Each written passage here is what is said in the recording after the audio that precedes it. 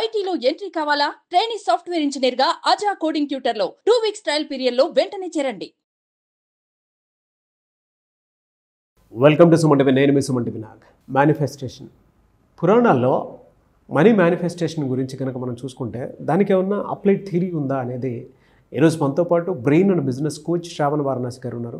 ఈ వీడియో మొత్తం మీరు పూర్తిగా చూడండి. అది బిజినెస్ చేసేటువంటి వాళ్ళైనా సరే, మనీని మేనేజ్ చేసుకోవాలి అనుకునేటువంటి వాళ్ళైనా సరే, లేదు అనుకుంటే మనీ మేనిఫెస్టేషన్ కోసం వీడియోస్ చూసేటువంటి వాళ్ళైనా సరే, ఏది ఉన్నా సరే డబ్బుకైతే ఆ ఎనర్జీ, ఆ పవర్ రెండు ఉన్నాయి. కాబట్టి వీడియో మొత్తం ఎవరైనా సరే, ఎవరికి కనిపించినా సరే పూర్తిగా చూడండి. అండ్ జరగబోయేటువంటి క్లాస్కి మీరు అటెండ్ అవ్వాలా వద్దా అనేది వీడియో చూసిన తర్వాత డెఫినెట్గా కన్క్లూషన్కి రండి. So coming to subject, hello Shravan గారు. హలో నాగరాజ్ గారు. మనీ మేనిఫెస్టేషన్ గురించి జనరల్గా పురాణాల్లో అసలు ఏం చెప్పబడింది, అంటే ఎలా మేనేజ్ చేస్తే అది మన దగ్గర ఉంటుంది? Wow, wonderful question. సో మనం ఎన్నో టెక్నిక్స్ మాట్లాడుకున్నాం. ఏంటి, టీ హార్వేకర్ 6 జార్ మెథడ్ కానీ, ఫిష్ కాన్సెప్ట్ అని చెప్పేసి మనీని ఎలా మేనేజ్ చేసుకోవాలని రకరకాలుగా మనం మాట్లాడుకున్నాం. అడ్వాన్స్డ్ కాన్సెప్ట్స్ మాట్లాడుకున్నాం. కానీ మన పురాణాల్లో నుంచి కూడా మనీని ఎలా మేనేజ్ చేసుకోవాలని మహానుభావుడు వ్యాస మహర్షి గారు చెప్పారు. సో వ్యాస మహర్షి గారు శ్రీమద్ భాగవతం 8వ స్కందంలో ఒక శ్లోకం చెప్తారు. అవేంటంటే, ధర్మాయ యస్య అర్థాయ కామాయ స్వజనాయ చ పంచదా విభజస్విత్తం ఇహాముత్ర చ మోదతే అంటారు. సో ధర్మాయ యశసే అర్థాయ, ఫస్ట్ వన్ ఏంటంటే ధర్మం. ధర్మం అంటే ఏంటి? ఒకటిసారి చూడండి, మన ఇంటికి ఎవరైనా ఒకప్పుడు వచ్చేటప్పుడు, యాచకులు వచ్చినప్పుడు, అడుక్కోవడానికి వచ్చినప్పుడు, అమ్మా దానం చేయండి అనరు, అమ్మా ధర్మం చేయండి, బాబు ధర్మం చేయండి అంటారు. అంటే ధర్మం అనేది ఫస్ట్ టాపిక్లా మాట్లాడుకుంటారు. అంటే మన 100% ఉంటుంది కదా, ఫస్ట్ 20% ధర్మం కోసం మనం వినియోగించుకోవాలి. అంటే ధర్మం అంటే ఏంటి? ఇప్పుడు ఆలయాలు కట్టించడం కానీ, లేదు ప్రేత సంస్కారాలు కానిచ్చడం కానీ, ఏవైతే సొసైటీలో వాళ్ళ అభివృద్ధికి ఉపయోగపడతాయో, ధర్మాన్ని నిలబెడతాయో, ఏవైతే కార్యక్రమాలు ఉపయోగపడతాయో వాటి మీద 20% మనీని మనం స్పెండ్ చేయాలి. అయితే ఇక్కడ ట్విస్ట్ ఏంటంటే, వ్యాస మహర్షి ఏం చెప్తారంటే, ఈ డబ్బులు గుప్త దానాలు చేయాలి, ఎవ్వరికీ తెలియకూడదు. మీరు ఇచ్చినట్టు, ఇప్పుడు ఎవరో మీ ఫ్యామిలీలోనో మీ రిలేటివ్స్లోనో ఎవరో ఉన్నారు, వాళ్ళకి మనం 100 రూపాయలు 20 రూపాయలు వచ్చినప్పుడు ఫోటోగ్రాఫర్ని పిలిచి, నీదిగో చూడు నేను దానం చేస్తున్నాను, నీకు ఇస్తున్నాను, ఇలాంటివి అస్సలు చేయకూడదు, ఎవ్వరికీ తెలియకూడదు. ఈ ధర్మం అనేది ఎవ్వరికీ చెప్పకుండా 20% చేయాలి అని చెప్పి వ్యాస మహర్షి చెప్తున్నారు.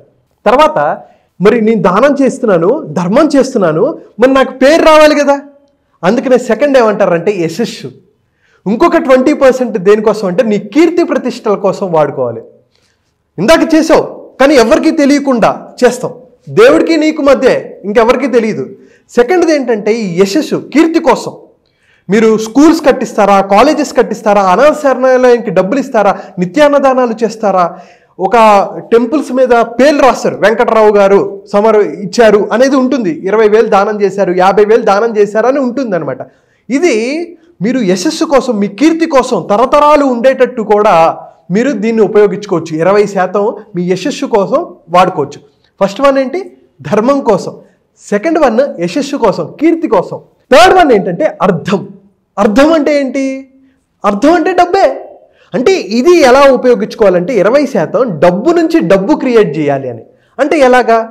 మీరు ల్యాండ్ మీద ఇన్వెస్ట్ చేయొచ్చు, మ్యూచువల్ ఫండ్స్లో ఇన్వెస్ట్ చేయొచ్చు, స్టాక్స్లో ఇన్వెస్ట్ చేయొచ్చు. ఒకవేళ మీరు మ్యూచువల్ ఫండ్స్లో ఇన్వెస్ట్ చేస్తున్నారు అంటే, ఈ కాలానికి అర్థమయ్యేటట్టు నేను చెప్తున్నాను, మ్యూచువల్ ఫండ్స్లో ఇన్వెస్ట్ చేస్తే మీ రిస్క్ అపెటైట్ ఏంటి? లాంగ్ టర్మ్ పెట్టాలనుకుంటున్నారా, షార్ట్ టర్మ్ పెట్టాలనుకుంటున్నారా, లార్జ్ క్యాప్లో పెట్టాలనుకుంటున్నారా, మిడ్ క్యాపా, స్మాల్ క్యాపా అనేది మీకు అర్థం కావాలి. దీని ద్వారా అంటే డబ్బు పెట్టడం వల్ల ఇంకా ఎక్కువ డబ్బులు సంపాదించుకునేటట్టు. మనం చూస్తే ఇప్పుడు రిచెస్ట్ పీపుల్ మనం చూస్తే వాళ్ళు సంపాదన నుంచి అవ్వలేదండి, ఆ సంపాదన నుంచి తీసుకొని ల్యాండ్ మీద ఎక్కడో ఇన్వెస్ట్ చేస్తే 20 సంవత్సరాల్లో 30 సంవత్సరాల్లో అది అద్భుతంగా గ్రో అయ్యి అది మళ్ళీ రొటేషన్ అవుతూ ఉంటుంది. మళ్ళీ వాళ్ళు దానాలు చేస్తున్నారు, ధర్మం యశస్సు కూడా వాళ్ళు చేస్తున్నారు. So third one. Fourth one ఏంటంటే భోగం. ఫోర్త్ వన్ ఏంటి? భోగం. భోగం అంటే ఏంటి? మన ఎంజాయ్మెంట్. మన అందరికీ కావాల్సింది అదే, మనం 90% చేసేదే అది. ఓకే, మిగతావన్నీ చేయకపోయినా ఇది మాత్రం మనకి దీంట్లో డోకా లేదు. సో 20% భోగం కోసం పెట్టుకోవచ్చు. చాలామంది ఏంటంటే అండి పిసినార్లుగా ఉంటారు. పిసినార్లుగా ఉండి ఎవ్వరికి ధర్మాలు చేయరు, ఏది చేయరు. ఇందాక మనం 2 వాటిలో మాట్లాడుకున్నాం, అదేం చేయరు వాళ్ళు. ఎంతసేపు డబ్బులు దాచిపెట్టుకుంటారు. సడన్గా ఏదో ప్రాబ్లం వస్తుంది, ఎవరికి చెప్పరు కూడా, వెళ్ళిపోతారు, ఆ డబ్బులన్నీ వేస్ట్ అయిపోతాయి. కొంతమంది అతిగా ఖర్చు పెట్టేస్తారు, అనవసరమైన వాటికి ఎక్కువ ఖర్చు పెడుతూ ఉంటారు. 10 రూపాయలు అయితే 20 రూపాయలు ఖర్చు పెడుతూ ఉంటారు. అన్నెసెసరీగా తాగి తందనాలాడి ఇష్టం వచ్చినట్టు చేస్తూ ఉంటారు. అందుకనే వ్యాస మహర్షి ఏం చెప్తారంటే, మన భోగాలు ఎలా ఉండాలి అంటే కాలికి చెప్పులాగా ఉండాలి. కాలికి చెప్పులాగా ఉండటం ఏంటి? ఇప్పుడు 10,000 రూపాయల ఒక విలువైన చెప్పులు నేను తీసుకొచ్చా. మీ పాదం సైజు 8, మీకు 10 సైజు తెచ్చాను అనుకోండి. చెప్పి నాగరాజు గారు ఇది 10,000 పెట్టి తెచ్చాను, లేకపోతే అమెరికా నుంచి నేను తెప్పించాను మీకోసం అని చెప్పి వేసుకున్నారు. అది 10 సైజు ఉంది, మీ కాలేమో 8 సైజు. ఉపయోగం ఉంటుందా? లేదు. అది 5 సైజు, చిన్నదైపోతుంటుంది, మీ కాలు నొప్పి వస్తూ ఉంటుంది, చాలా చిరాగ్గా ఉంటుంది, నడవలేరు.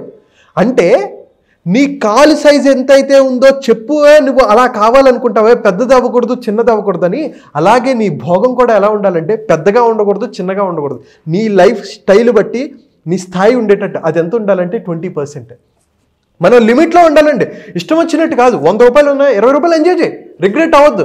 సినిమాలకు వెళ్తావా వెళ్ళు, షికార్లు చేస్తావా వెళ్తావా, ఎక్కడికి పార్టీస్కి వెళ్తావా వెళ్ళు, కానీ 20%లోనే ఉండాలి, ఇష్టం వచ్చినట్టు ఉండకూడదు. అది ఎంజాయ్మెంట్కి కూడా ఒక లెక్క ఉండాలన్నమాట. లెక్క లేకపోతే తెక్కొచ్చేస్తుంది. సో 5th వన్ ఏంటంటే స్వజనులు అంటారు. స్వజనులు అంటే ఏంటంటే, మనం ఒక ఎంటర్‌ప్రెన్యూర్ అనుకోండి, మనం కొంతమందికి జీతాలు ఇస్తున్నాం, మనం వాళ్ళ కోసం డబ్బుని స్పెండ్ చేసుకోవాలి. లేదు మన ఫ్యామిలీ మెంబర్సే, మన వైఫ్ ఆర్ హస్బెండ్ ఆర్ పిల్లలు, పేరెంట్స్, వీళ్ళ కోసం ఈ డబ్బును వాళ్ళ సుఖాల కోసం, ఇందాక భోగం మన కోసం ఉపయోగించుకోవచ్చు.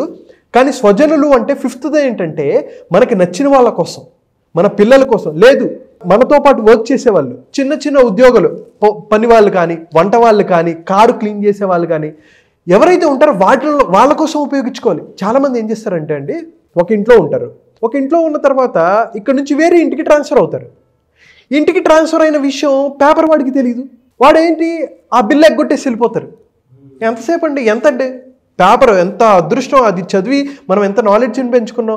వాడు అది వేసుకుంటూ రూపాయలు సంపాదించుకునే వ్యక్తి, వాళ్ళ దగ్గర మనం ఎగ్గొట్టేస్తూ ఉంటాం. అంటే పేపర్ డబ్బులు, ఎవరికి పేమెంట్లు ఇవ్వాలో, పని వాళ్ళకి పేమెంట్లు ఇవ్వాలా, లేకపోతే ఏవైతే పేమెంట్లు ఉన్నాయో అవి ఎప్పటికప్పుడు మన మీద డిపెండ్ అయ్యి వాళ్ళు పనిచేసి సేవ చేసినప్పుడు వాళ్ళకి మనం ఏదో ఒకటి చేయాలి కదా.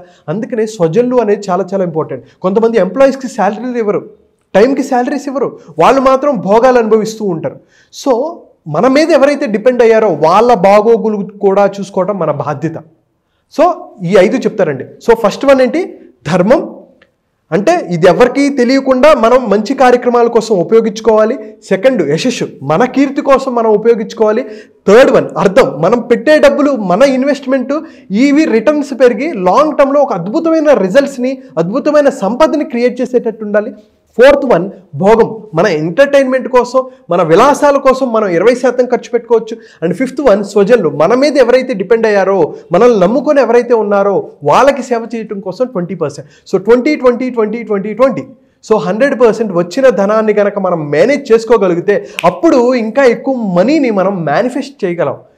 అర్హత అండి ఇది. ఎప్పుడైతే మనం ఫాలో అవుతామో, మన వేద పురాణాల నుంచి ఏదైతే వచ్చిందో ఈ అద్భుతమైన నాలెడ్జ్ వ్యాస మహర్షి గారు మనకి ఇచ్చిన దాన్ని మనం యూటిలైజ్ చేసుకోగలిగి, ఇది అటు ఇటుగా ఇలానే చేయాలని కుదరదు. మన ఖర్చులు కొన్నిసార్లు ఎక్కువ ఉండొచ్చు, దీన్ని అటు 5% ఇటుగా మనం కనుక మేనేజ్ చేసుకోగలిగితే అందరూ హ్యాపీగా ఉంటారు, అందరూ ఆనందంగా ఉంటారు. సో నాగరాజ్ గారు, మీరు స్టార్టింగ్లో ఒక క్వశ్చన్ అడిగారు, మేనిఫెస్టేషన్, మనీ మేనిఫెస్టేషన్ ఎలా చేయాలి. సో మనం మనీ మేనేజ్మెంట్ గురించి మనం మాట్లాడుకున్నాం. సో ఎప్పుడైతే ఇందాక 5 కాన్సెప్ట్లు ఏవైతే చెప్పానో, ఫస్ట్ ధర్మంగా కనుక మనం డబ్బులు సంపాదించేటప్పుడు కానీ, ఖర్చు పెట్టేటప్పుడు కానీ ఈ ధర్మబద్ధంగా మనం వెళ్ళామా, ఖచ్చితంగా మనం మనీని మేనిఫెస్ట్ చేయగలం, మనం అనుకున్న లక్ష్యాలు సాధించగలం. అయితే చాలామంది ధర్మబద్ధంగా ఈ ధర్మాన్ని తప్పుతూ ఉంటారు, ఎవరికి సాయం చేయరు, ఎవరికి ₹1 ఇవ్వరు. అలాంటి వాళ్ళ దగ్గర డబ్బు నిలవదు, డబ్బు రాదు కూడా. సో మనం ధర్మంగా ఎలా మనం డబ్బుని సంపాదించుకోవాలి, డబ్బుని మేనేజ్ చేసుకోవాలి, మేనిఫెస్ట్ చేసుకోవాలో నేను 9 రోజుల్లో అద్భుతంగా స్టెప్ బై స్టెప్ మనం ఎలా మనీని ధర్మబద్ధంగా సంపాదించుకోవాలనేది నేను చెప్తానండి. ఫెంటాస్టిక్ కాన్సెప్ట్ అన్న. నాకు ఇందాక మీరు మాట్లాడేటప్పుడు ఒకటి బాగా గుర్తొచ్చినటువంటి విషయం ఏదైనా ఉంది అని అంటే, డబ్బు మనం సంపాదించేది ఏదైతే ఉందో మన విలాసాలకి మనకి ఎంత ఖర్చు పెట్టాలి అనేది, అందులో ఎస్పెషల్లీ శాలరీ. మంత్ మొత్తం మన ఫ్యామిలీ కోసం కష్టపడతాం, అది మనం ఇంటి వాళ్ళకి ఇచ్చేటువంటి రెస్పెక్ట్, ఆ టైంకి ఇచ్చేటువంటి రెస్పెక్ట్, దాన్ని ఎలా ఖర్చు పెడితే బాగుంటుందో అలాగే మీరు చెప్పడం జరిగింది. ప్రతి ఒక్కరికి ఓకే నేను కష్టపడుతున్నాను అని అంటే నా ఇంటి మీద కాకుండా బయట వాటి మీద ఖర్చు పెడుతున్నాను కాబట్టి అది తగ్గించాలి. నేను ఏదైనా అనుకుంటే అది జరగట్లేదు ఎందుకు అని అంటే క్వశ్చన్ మార్క్ చేసుకుంటే ఈ 5 పాయింట్స్ మనకి కీలక విషయాలు. డెఫినెట్లీ అండి. రియలీ గ్రేట్ నాలెడ్జ్ అండి. Thank you so much Shravan గారు. Thank you so much Nagaraj గారు. సో క్లాస్ ఎప్పుడు ఉండే అవకాశం ఉంటుందండి? సార్ నాగరాజ్ గారు, January 6th నుంచి స్టార్ట్ అవుతుంది క్లాస్. సో 9 రోజుల క్లాస్. సో మనం మైండ్ఫుల్ మిలీనియర్ ప్లస్ మనీని ఎలా మేనిఫెస్ట్ చేయాలి అనే దాని గురించి మనం డీటెయిల్డ్గా మాట్లాడుకుంటాం. మీ ఆర్థికంగా ఎక్కడ నష్టాలు ఉన్నాయి, మీరు అప్పుల్లో ఉన్నారా, అప్పుల నుంచి ఎలా బయటికి రావాలి, ఈ అప్పుల్ని ఎలా రికవర్ చేసుకోవాలి, ₹1,00,000 నుంచి ₹1,00,00,000 ఉన్న అప్పుని ఎలా మనం సాల్వ్ చేసుకోవాలి, అప్పుల ఊబిలో నుంచి ఎలా బయటకు రావాలి, ఒక ఆర్థిక స్వాతంత్రాన్ని, ఆర్థిక స్వేచ్ఛని ఎలా క్రియేట్ చేసుకోవాలి అనేది ఈ 9 రోజుల్లో నేను చెప్తాను. మార్నింగ్ 5 to 6:30 ఉంటాయండి క్లాసెస్. సో ఎవరైతే ఇంట్రెస్టెడ్ ఉంటారో కింద కనిపిస్తున్న నెంబర్కి కాల్ చేసి రిజిస్టర్ చేసుకోవచ్చు. Okay.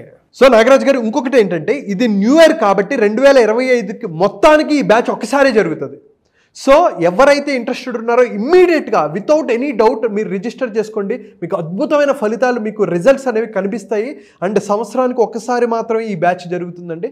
So don't delay, register now. Thank you so much Shravan గారు. థ్యాంక్ యూ అండి. Thank you so much Nagaraj గారు. January 6th జరిగేటువంటి బ్యాచ్ కనుక మీరు జాయిన్ అవ్వాలి అనుకుంటే వెంటనే స్క్రీన్ మీద మీకు కాంటాక్ట్ నెంబర్ కనిపిస్తుంది. దానికి మీరు కాల్ ఆర్ మెసేజ్ వాట్సాప్ చేసి ఎన్రోల్ చేసుకోండి. అండ్ ఈ వీడియో లైక్ చేయండి, షేర్ మాత్రం తప్పకుండా చేయండి. ఇలాంటి మరిన్ని వీడియోస్ కోసం మా ఛానల్ ఫాలో అవ్వండి. Thank you. Mindful millionaire with money manifestation. So ఈ బ్యాచ్ January 6th ఆ ఒక్క టైంలోనే ఉంటుంది. సో ఎవరైనా ఎన్రోల్ చేసుకోవాలి అనుకుంటే వెంటనే ఎన్రోల్ చేసుకోండి. ఒకవేళ మీకు కాంటాక్ట్ నెంబర్ కనెక్ట్ అవ్వట్లేదు అంటే మిస్టర్ నాగ్ అఫీషియల్ 1 అని నా ఇన్స్టాగ్రామ్ ఐడి ఉంది. దానికి మీరు పర్సనల్ మెసేజ్ పెట్టినా కూడా నేను డెఫినెట్గా శ్రావణ్ గారి టీమ్కి ఫార్వర్డ్ చేస్తాను. ఆ విధంగా సరే మీరు అప్రోచ్ అవ్వచ్చు.